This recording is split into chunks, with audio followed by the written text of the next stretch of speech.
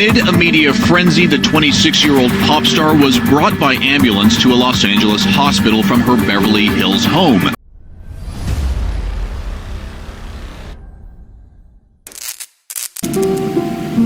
I'm sad.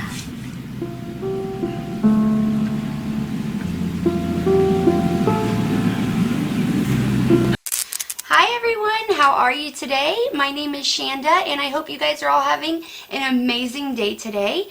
So I want to start off this video like I do all my videos and say thank you guys so much for clicking on this video. I really hope that you enjoy this video and you give it a chance. And if you are returning to my channel, thank you guys so much for returning to my channel. I really appreciate it and it really does mean a lot to me. So as you guys saw in the intro, this video is going to be about Free Britney and the Britney Spears, everything that's going on with her. Now I have been wanting to do this video for a super long time, and I have been doing research on this topic for over a year now, and so much more stuff keeps coming out and I'm like, God, I want to report on that, but I still have to do the whole story. So I wanted to go ahead and start off from the beginning. And I know some of my videos are kind of long, like about an hour, and that's because there's just so much information. I want to make sure you guys get the whole story. But this video, there's so much information, and if you really want to know everything that's happened to her and the complete injustice that is going on and the corruption, you really gotta know everything and have all the details. So I decided to break this up into 3 parts. I think 3 parts will be fine. The first part, we're just going to concentrate on Britney Spears. Who is she? I mean, everybody knows who she is, but like her rise to fame and then her breakdown. And then the second video, we're going to talk about her conservatorship and who put her in it and why and how they bypassed and got around all the laws to get her in this conservatorship, and exactly what they've been doing to her for the past 13 years. And in the final video, I want to talk about the Free Britney movement and how wonderful everybody has been to try and get her out of this. Now, if you guys don't like pop music, I mean, whether you like rap or hip hop or metal, rock music, or country, or even if you do like pop, if you don't like her music, I mean, it doesn't matter. Like, Britney Spears is still a human being, and what has happened to her is such a disgusting injustice, and it shows the corruption out there, and it's very scary. And if it can happen to her, it can happen to anybody. So I really wanted to do this video and shed some light on this situation. And I know there's been a lot going on about Britney Spears and the movement and everything, but every time, even the documentary that we watched, well, I don't know if you watched it, but when they did the Framing Britney Spears documentary that came out in February, on February 5th, I believe, even they, like, it was okay, but they didn't mention anything about Lou Taylor or all the, like, everything that they actually did in the laws that they bypassed and bent, I guess we'll say, to get her into this conservatorship. So even that documentary didn't really tell you guys everything that you should know. So I want to go ahead and start from the very beginning. Okay, so her dad, James, aka Jamie Spears, was born in 1952, July 6th, 1952, and he was a building contractor. And then we also have Lynn Spears, her mother, and she was born on May 4th, 1955. Now, they got together and they ended up marrying in July of 1976. 3 years later, in 1979, Lynn filed for divorce against Jamie, claiming that he was cheating on her and she didn't want to be with him anymore. But she also filed for a restraining order because she said she was afraid of the mental and even physical abuse that she might endure from Jamie when he gets the news about the divorce. And he She also said especially if he was drinking. So even way back to the 70s, Jamie has had an issue with alcohol, and it seems like even back in 1979, Lynn was afraid of him. So when Britney keeps saying, "I'm afraid of my father," it's not really that far-fetched, I don't think. Okay, so even though Lynn filed for divorce, she did withdraw the paperwork in March of 1980, so like a year or a little under a year later. And then in December 2nd, 1981, a pop star was born. Britney Jane Spears was born in Macomb, Mississippi, which is about 30 minutes away from Kentwood, Louisiana, where they lived. So in 1984, when Britney was only 3 years old, Lynn said that that's when she first saw star potential in Britney. Now, she said that she knew that Britney was going to be a star because she was so shy. She was such a shy girl. But when she would get on stage, she would just turn into a completely different person and be like this performer. And just, she loved to entertain.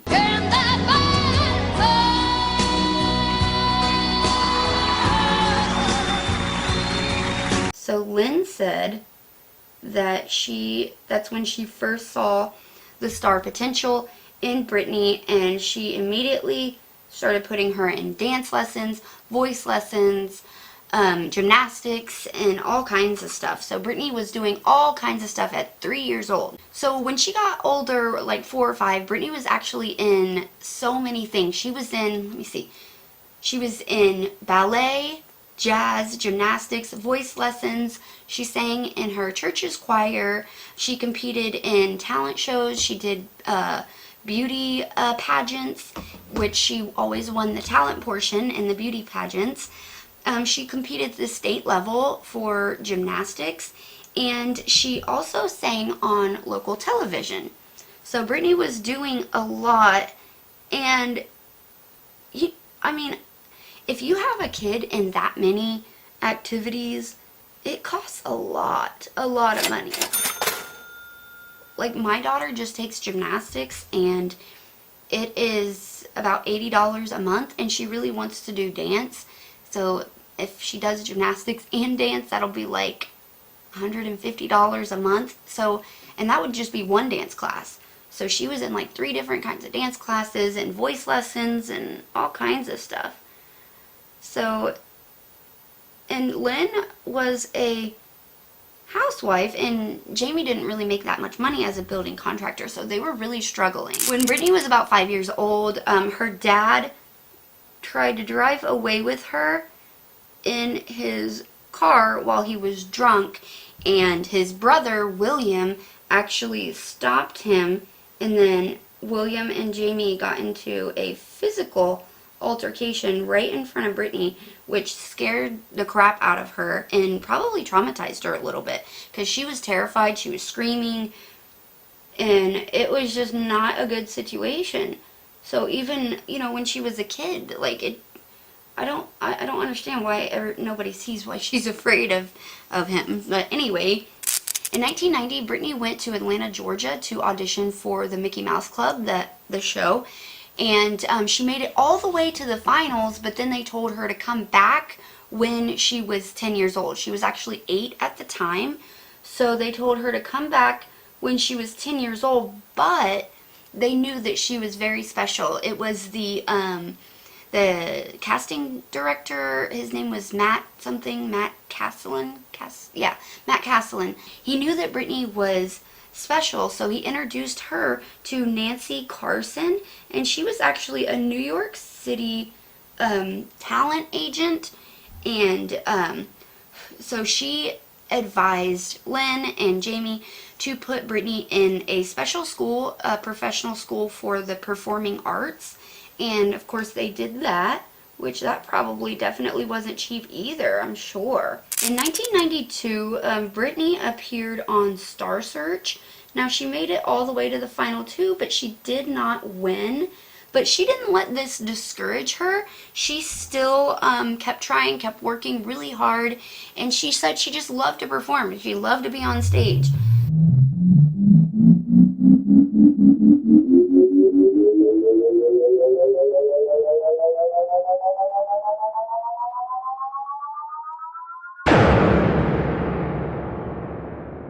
And not too long after that, she actually got an understudy role in the off-Broadway show called Ruthless. And she was actually casted alongside of Natalie Portman, which is really cool as well. So Britney then auditioned for the Mickey Mouse Club again when she was 11 years old, and she did get the part this time. So she moved to California for 6 months out of the year, and she filmed a full 9 to 6. I believe it was sometimes 6 days a week, and it was a full 9 to 6. Now that is really hard hours for a child, but above that, she only made $170 or $185 a week, which makes that literally less than $5 an hour, which is not okay, especially for like a TV show. Now I do know that after all of this, like, people then they did like sue or try to sue the Mickey Mouse Club because of how they were treating children. They were working them so hard and barely paying them anything. But that's another for another video.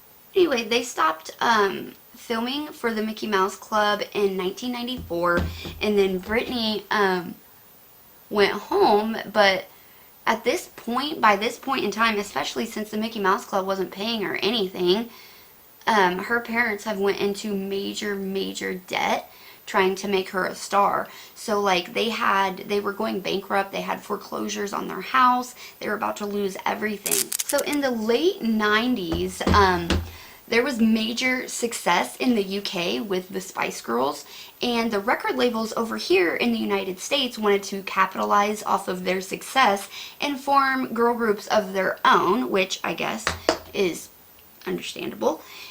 So they wanted to form girl groups of their own, and Britney was in talk to join a girl group called Innocence.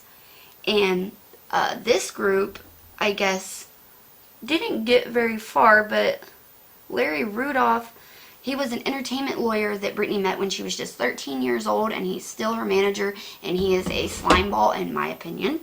But he had a better idea. He wanted to present Britney as a solo artist. So that's exactly what they did.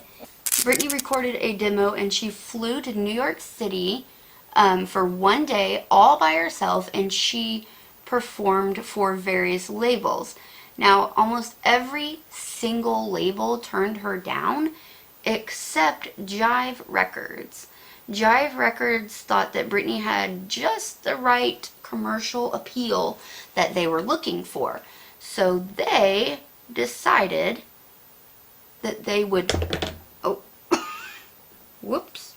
They decided that they were going to sign Britney. So Britney then flew to Sweden to record part of her very first full-length album, Baby One More Time, and she worked with her longtime collaborator and producer, Max Martin, on this. He's a Swedish producer, and they made Baby One More Time together. We all know how awesome and iconic that song and that whole album is, actually. So on October 23rd, 1998, Baby One More Time, the single, was released. Now, this single did insanely well. This was one of the best-selling singles ever released.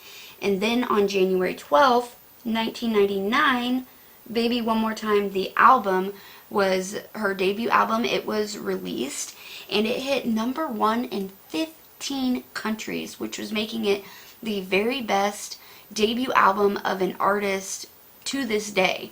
Nobody has ever done that before. Their debut album, their very first album, to hit #1 in 15 countries. That's never happened before, and it's never happened since. So she had a mass success, and it literally turned her into a pop star icon overnight.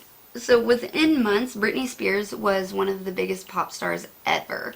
And she did do interviews where she said that it did happen very, very fast.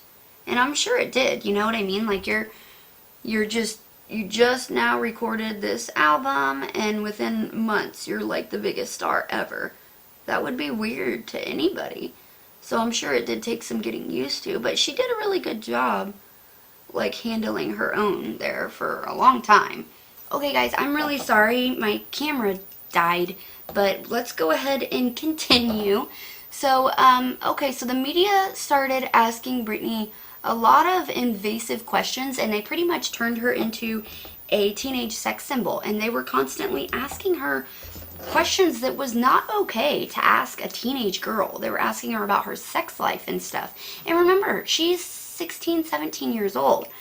And that is when Britney did announce that she was a virgin and she wanted to remain a virgin until she was married. I'm just wondering how you feel about all the constant speculation about your virginity and whether you are a virgin or not.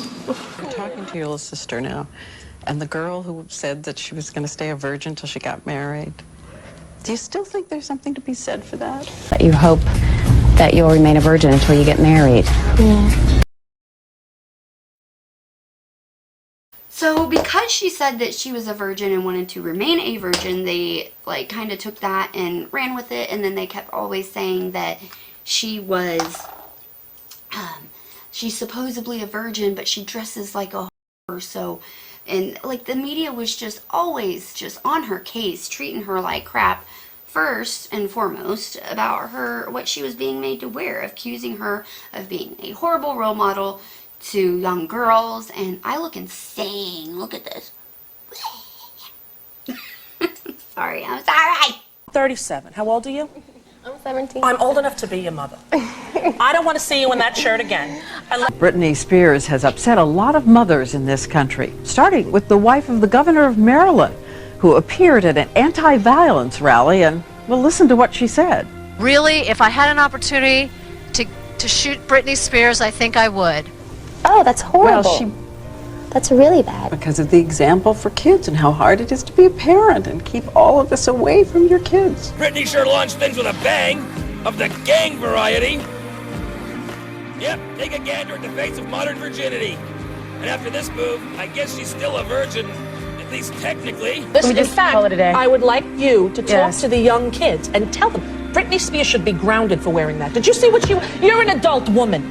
You're a grown-up. Britney Spears is 18. She's like, you know, takes 2 Band-Aids and she's singing there. I don't appreciate that. She's a nice girl. She's very nice, but the trampy outfits have to go. We look at you like you're a big skank. I am woman. Hear me, whore.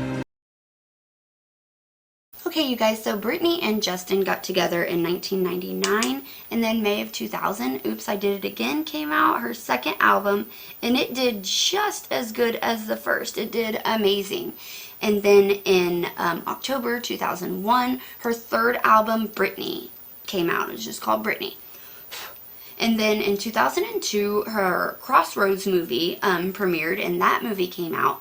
But also in 2002, Britney's Aunt Sandra was diagnosed with ovarian cancer. And this was really, really hard on Britney because her Aunt Sandra was really, really close. They were really close, and she was like a second mother to Britney. So Britney was like really, really upset about that.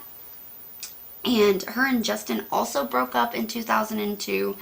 And of course, after, we all know what Justin did, but after they broke up, he started his solo career, and he pretty much used Britney and used the breakup to further his own career by saying that, well, he didn't say, but he made the Crimea River video where he was basically telling everybody that Britney cheated on him, and then he was always acting, God, he played the victim like a fiddle, you guys. He was, in every interview, he was just acting like she just broke his heart and he is the victim in all this, and she's just such a horrible woman, and oh my god, he's so sad, and blah blah blah, so sad, whatever. So he acted like this all the time, and then of course he told a radio show after they broke up that he did have sex with Britney. Buckwild Morning Show. Justin Timberlake is in the house, and I just want to ask you one question. Did you Britney Spears? Yes or no? Oh, man. Come on, man. Okay, I did it. No. Yeah! And then of course the media took that and was like, oh, she wasn't married. She said that she was going to stay married, like acting like in 2002 it was just this horrible thing that she had sex with her boyfriend that she was with for 3 years and that she was very, very madly in love with. She was very much in love with Justin, and he was her first love, and she lost her virginity to him. Oh my god. Whatever. Everybody acted like it was the end of the world, and it was ridiculous. That is when the media pretty much turned on Britney, and they started making her out to be the villain in every single aspect of her life, and they were just treating her like crap all the time. And I'm sure it got to her. That would get to anybody. So in 2003, Britney's fourth album, In the Zone, came out. And this album did really, really well, just like the other 3 albums. And then in 2004, it was actually January 3rd, 2004, that is when Britney had her famous 55-hour marriage with her childhood friend Jason Alexander. And I still think now what I thought then, which is Britney was extremely controlled, and she was sick of being controlled and being told what she could and could not do all the time, and she just wanted to do something crazy and something spontaneous and something to show herself that she had some control of her life. And I think that's why she did that, and I still think that.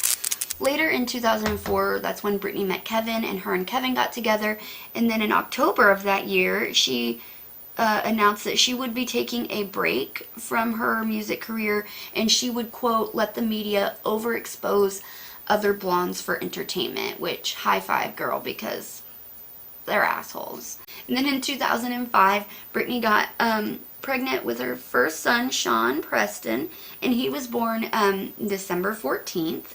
And then the media started exploiting her again, saying that she was a horrible mother, and they were just treating her like crap because she was constantly being harassed by the paparazzi. So it was scaring her baby one day, and she just wanted to hurry up and get in the car and get him out of there because he was crying and he was scared, and there was like 70 people around, like all the flashes in his face, and she just wanted to hurry up and get out of there. So she puts Sean into the car with her, and he's on her lap, and she drives off. And of course they take pictures of this and show everybody how horrible of a mother she is and blah blah blah. So everybody's acting like she is just awful, and she had to explain herself, I guess. And then after that, where is my brush? I cannot get this eye look right, you guys. It looks awful, I think. So after that is when Sean was in the care of a nanny, and he actually fell out of his high chair and hit his head. Now Britney immediately took him to the emergency room, but the doctors called Children's Services on her, and the reason why they called Children's Services is ridiculous. They basically said that Britney is a pop star, she's very rich, and she should have had her own personal doctors come and check him out. What? I mean, okay, she might have her own personal doctor, but what if they were busy? What if she was just scared and didn't think about that? What if she just wanted to hurry up and get him to the emergency room like any of us would? But they're gonna call Children's Services because she took him to the emergency room and didn't just call her own private doctor. That is insane to me. It's ridiculous. But after Children's Services got there and talked to her, they just left and said that they couldn't believe they called them and she was fine. So they didn't even start, they didn't even open a file on her or anything, but just the fact that the doctors there were treating her so horribly, and then they called on her just because of the shit in the media and the tabloids. It was ridiculous. So she was getting treated like shit a lot. This whole thing with calling child services on Britney, the media decided to continue their harassment, and she literally had like 50 or 70 people around her when she was walking with her baby to the car. She had her baby in one arm and a glass of water in the other arm, and she literally stumbled over her feet for a split second and caught herself immediately, and the paparazzi just went crazy and was posting all over the place in the tabloids that Britney is a horrible mother and she cares about her drink more than she does her son, and she'd rather save her glass than her son.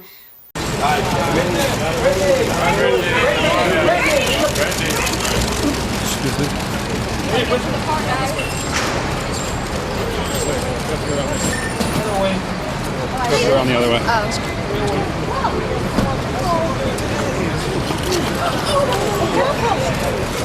on, guys. Come on. You guys give room, please. Give some room, please. Room. Make room. I got dive team. Thank you. She didn't drop him. I mean, she didn't drop him. Okay. How many of us as mothers have been carrying our child and stumbled or tripped over our feet or a toy or something? And imagine 50 or 70 paparazzi people all around you flashing in your eyes and you can't see anything. Of course, she stumbled over her feet for a split second but didn't fall, didn't drop him. And everybody, it was just everywhere, like how she just awful and cares about her drink more than her son. And you could tell that that situation really shook her, because not even an hour later, she was in a little diner, restaurant or whatever, and she was crying. So you could tell that her like stumbling really shook her, and she probably knew what they were going to say about her, you know. So she was crying, she was upset. And while she was crying and upset, the owner of the diner went ahead and took a bunch of pictures of her and sold them to the media. And it's like, Jesus, you guys, she is a human being. Please give her a break. She couldn't turn around she couldn't do anything without it being twisted and being put in the media. You know how when you're in high school and you hang out with those like asshole girls and they try to like make you guys like hate each other, and every word that comes out of your mouth gets twisted. Regina says everyone hates you because you're such a slut. Imagine that, but every word or everything you did get twisted and it was all over magazines everywhere. That would suck so bad. Like, even people who were acting like her friends, they were taking intimate pictures of her and her baby and selling them, or they were telling the media a bunch of stories and a bunch of crap that they shouldn't have been saying, or lies probably, and it was just being posted everywhere. It was not posted, I keep saying posted, but we didn't have social media back then. It was all over the tabloids. Anyway, in September 12th, 2006, her second son, Jaden, was born.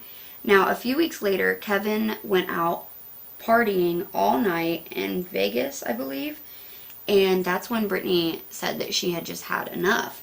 Like, it has came out now that Britney believes that she was suffering from postpartum depression, and with Kevin treating her like crap and never being there for her, like, she was having a hard time, like, with the paparazzi and having 2 boys, 2 births in less than a year, and the husband that goes out and parties and doesn't care and treats you like crap. I mean, she was struggling. She was going through a lot. And of course, back then, you couldn't say anything like that because the media, no one was nice about mental health back then as much as they are now. Like, now, you can say those things out loud to everyone, to anyone, and it'll be fine. But back then it wasn't like that. So she has said now that she was struggling from postpartum depression, and that makes a lot of sense, especially with everything she was going through. But she just couldn't say that back then. But anyway, and that also explains a lot of her behavior afterwards. But we'll get to that. So a few weeks after that, it was November, I believe, Britney went ahead and filed for divorce. Now, she says that she filed for divorce because she went to Kevin's house to talk to him, and he would not even speak to her. So the her lawyers told her that she had to file for divorce or else Kevin was going to. So she listened to her people and her lawyers and filed for divorce against Kevin. She trusted them. I mean, I'm sure it was a means to an end anyway. That guy was an idiot, in my opinion. February 15th, 2007, Britney checked herself into a treatment center for 24 hours, and she ended up leaving a day later. And even at this private facility, Britney couldn't get any kind of privacy. Like, there was pictures, or the staff would take pictures and sell them, or tell the media, like, private information, which is a big HIPAA violation, but, like, she couldn't even get any privacy in a treatment facility. Okay, so we're gonna go ahead and talk about Britney's breaking point. So Britney went to Ezra's haircutting studio. Now, they were closed, but they did open the shop specifically for Britney, and she told them that she wanted her head shaved, and they pretty much flat out refused, but they did tell Britney that she could do it herself, so they gave her the clippers and let her do it herself if she wanted. So Britney stood up and she started shaving her head, and while she was shaving her head, she smiled and said, "My mom's gonna kill me," which reminds me of the same reason why I think she got married to Jason Alexander, was because she was so controlled and she was not allowed to do anything herself, and she wanted to do something. And remember, she's suffering from postpartum depression at this point, going through a divorce. Her Aunt Sandra is very, very sick, or had just passed. I'll have to look that up. I'll put it up here. And she was going through a lot. She had 2 births in a year, and so let's remember all of that. And at the same time, she was sick of being controlled, so she shaved her head. And people shave their head all the time and nobody calls them crazy. So I think it's ridiculous the way she was treated. Sometimes people just want to shave their head. Jeffree Star just shaved his head and nobody's calling him nuts. I know he's a guy, but whatever, you know what I mean. Anyways, so she shaves her head, and like I said, Britney had no privacy. The people that you were supposed to work for her were selling stories and pictures, and the guys, her bodyguards, they were laughing and they were opening the curtains for the paparazzi to get pictures. They were purposely doing that. So they're supposed to protect her and protect her from the paparazzi, and they are opening the curtains, letting them get all those pictures. Like, that sounds great. Like, keep them on the payroll, I'm sure. Ridiculous. But anyway, so after she shaves her head, she goes, I don't think it was right across the street. It was a little, couple miles down, I think. But she goes to the tattoo studio to get tattooed. And while she's in that tattoo studio, the windows are wide open, and she looks at the paparazzi. And you can tell that she's just like, fuck it, you know? And she, like, takes her hood down, and you can hear them. They're like, oh my god, she's bald, and whatever. Okay, so we all get the picture. Moving on. In a subsequent interview, actually on For the Record, Britney Spears documentary, where she talks about her conservatorship, we'll be going over that in the next episode, or whatever you want to call it, the next video, part 2. And so she was talking about this in an interview, and she literally said that people shave their heads all the time and they're not considered crazy, which is what I just said. And she said that she thought of it as an out with the old, in with the new. She said that she never wanted to be like a prisoner. She always wanted her freedom, and she was just like a free person. And she was thinking of it as a way to get rid of the old and just start fresh, like a snake shedding its skin. And when the interviewer asked her why didn't you just tell people that? And she was like, well, I didn't think it was anybody's business. And it really wasn't. It was nobody's business why she shaved her head. Like, I was going through so much artificial stuff with my kids and with Kevin and all that stuff at the time, and he just left me, and I was devastated, you know. And people thought that it was me, like, going crazy and stuff like that, but people shave their heads all the time, you know. But I mean, I was going through a lot, but it was just kind of like me just feeling a form of a little bit of rebellion, or feeling free, or, you know, shedding stuff that had happened, or, you know. Why did you not tell anyone that's what you were doing? Why did you not tell anyone that's what you were doing? I didn't think it was anyone's business, really. When she was getting tattooed, though, the tattoo artist asked her why she shaved her head, and she responded with, quote, "I don't want anybody touching me. I am sick of everybody touching me. I don't want anybody touching my hair," end quote. So that kind of tells me right there that she's literally just sick to death of everything that's going on. She is just sick of all the people touching her and controlling the way she looks and her hair and everything like that. So she was just sick of shit. And I personally think she held out a lot longer than I would, or a lot of us would. I would have went nuts like the first year or two of that shit. She didn't go nuts, but you know what I mean.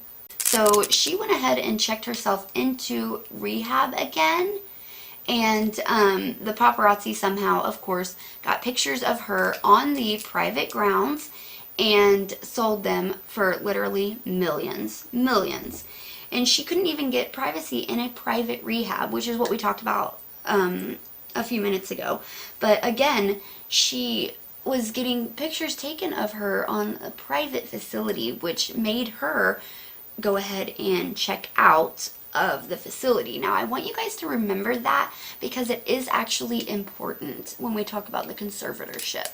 Okay, so after Britney checked herself out of rehab, she heard Kevin went ahead and filed for an emergency custody hearing for sole custody of the boys. And it was supposed to be heard on February 22nd. So Britney heard about this and she wanted to talk it out with Kevin, you know, like adults. So she went to his house, and while she went to his house, the paparazzi was tipped off somehow, and they were following her. Now, when she got to Kevin's house, he would not talk to her at all. He wouldn't answer the gate. He wouldn't speak to her through the little intercom thingy, nothing.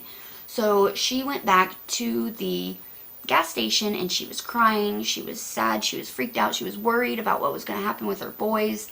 And while this was going on, the paparazzi is literally all over her car, snapping a million pictures, asking her a bunch of invasive questions, and she's sitting there crying. Like, they're just exploiting her pain for more money again, and she was sick of it.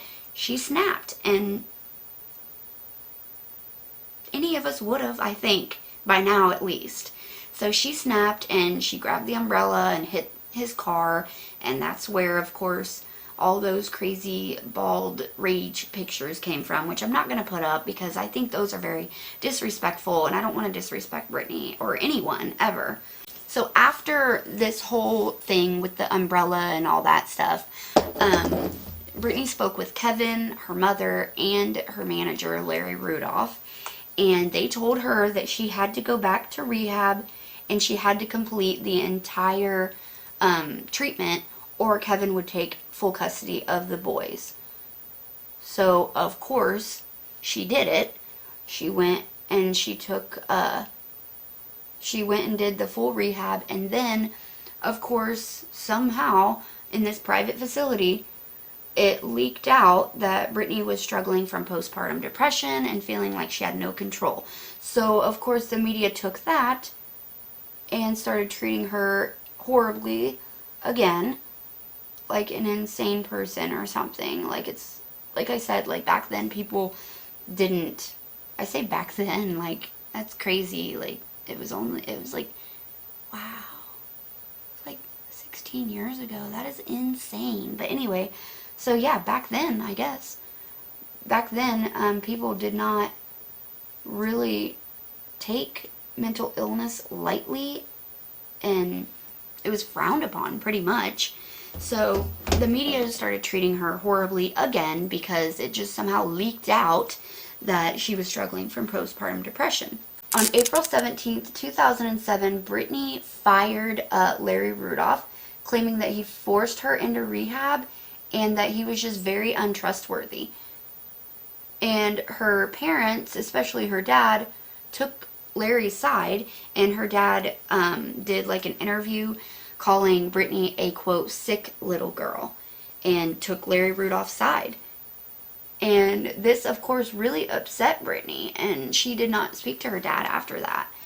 But Britney started isolating herself and staying away from friends and family, not knowing who she could trust, basically staying away from everybody, not knowing who she could trust. And then she was at a club one night, and that's when she met Sam Lutfi. And those two like hit it off immediately and became like best friends. Sam became like her best friend, her companion, her bodyguard, her manager, everything, all rolled into one.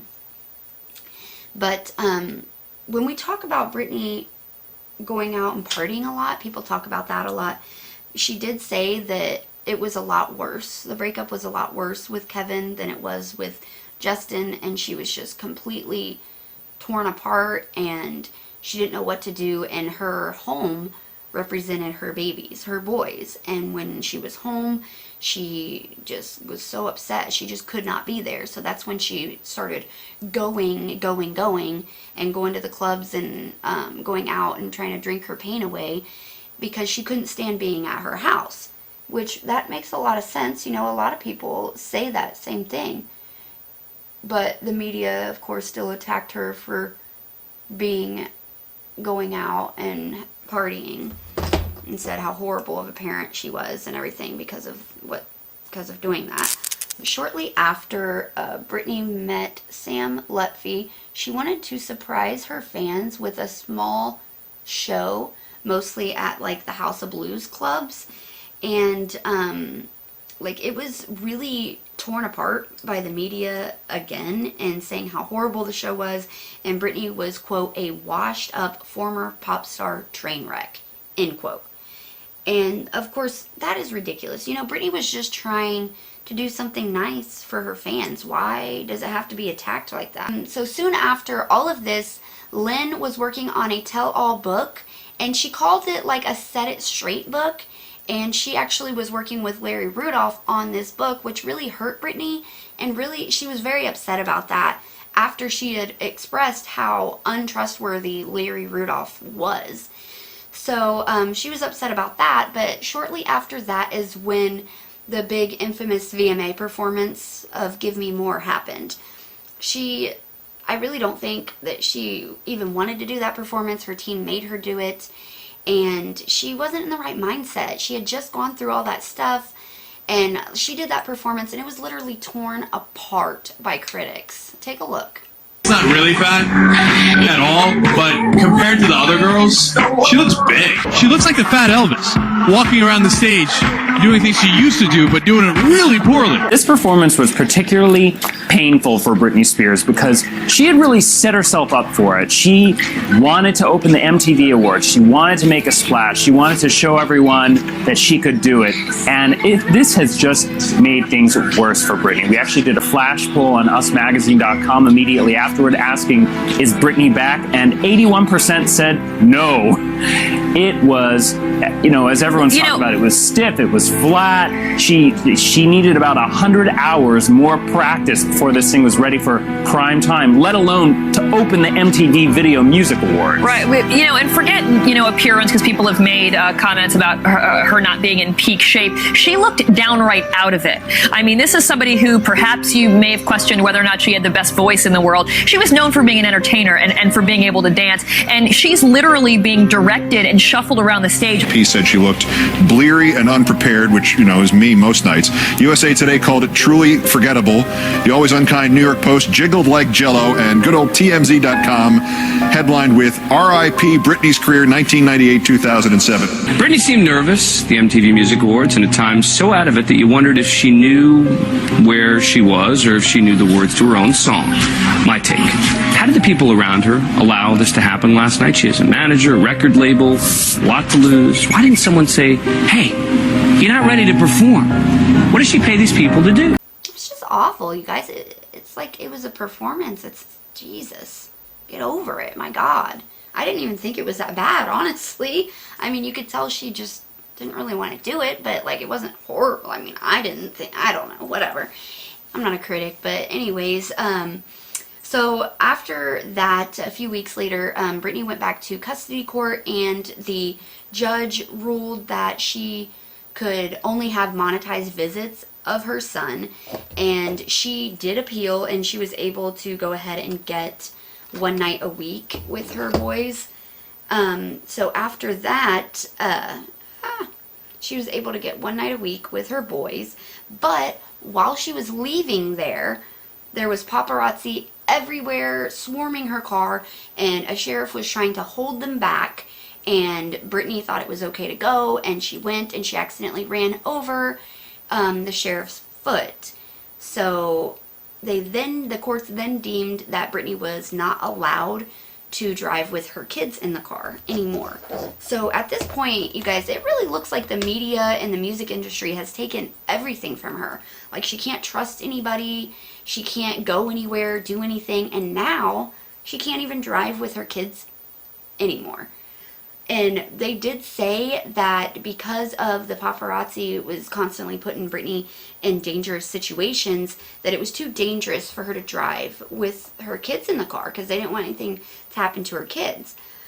But I was literally like, did they just listen to what they said?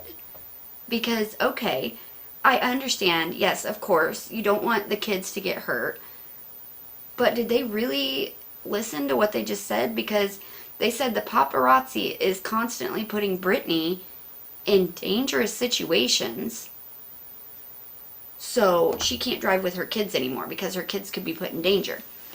How about maybe making paparazzi laws to where they're not allowed to put celebrities in dangerous situations anymore? Maybe. Luckily, there was a bunch of paparazzi laws put into place, I think in 2010, to where they're not allowed to interfere with your car or your personal life or anything like that anymore, or they will lose their job or get sued. So that is good, at least, but come on. Like, she can't even, they're not going to protect her. I mean, that's great, they're protecting the kids, but geez, you guys, it's like they took everything. So in 2007, despite the VMA performance, Britney's album Blackout came out, and despite everything the critics said about her performance, the album did pretty phenomenal, and it was a great, like, experimental album for Britney, and it did really, really good, and it had awesome songs on it, like Piece of Me and stuff that was, like, towards the media, so, like, that was one of her greatest songs, I thought. I love that song. But anyways, in 2007, there was the infamous email that Britney wrote to her lawyer, Gary Zyfrin, and she expressed how a woman named Lou Taylor was stalking her and somehow getting gifts past her security, and Lou was telling her how she was going to rid evil spirits from her, and she was going to go visit her dad in Kentwood, Louisiana, and all kinds of crazy stuff. So Britney expressed all this in the letter, so let's go ahead and read the alleged email. Gary, since you are my lawyer, even though I don't know if you are really trying to protect me or not, but there is a crazy lady named Lou Taylor that has been sending stuff to my house. How did she get my address, and why can't you stop her? I don't know her. She is a stalker. She is really terrifying me and my babies. If she knows where I live, then she can just show up here. She sent me a pink hat and is writing me letters like she's my mother. She has been stalking me since Malibu, and it needs to stop because I don't have security, and Sam refuses to stay over every night because he has 1,000 dogs to go feed. And I have my babies in London, and she keeps saying that I am possessed and she needs to come and kill these spirits. We told her 1,000,000 times to leave me alone, and now she is saying she is going to visit my drunk father in Kentwood.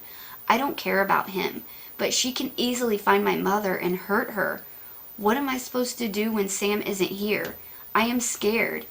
Can you call him and tell him how important it is for him to stay here every night? Because it's like no one is listening to me. And now she sent me pictures of her and a man and butterflies. She is really crazy. Do you care if I am dead? Because I cannot sign your checks if I am. Your client, Britney Jean Spears. Now you guys, Britney doesn't seem too crazy to me. Because her fears of Lou Taylor just slithering her way into Britney's family's life and to Britney's life like a snake definitely happened. By the end of 2007, Lou Taylor was representing Lynn, her mother, and Jamie Lynn, her younger sister.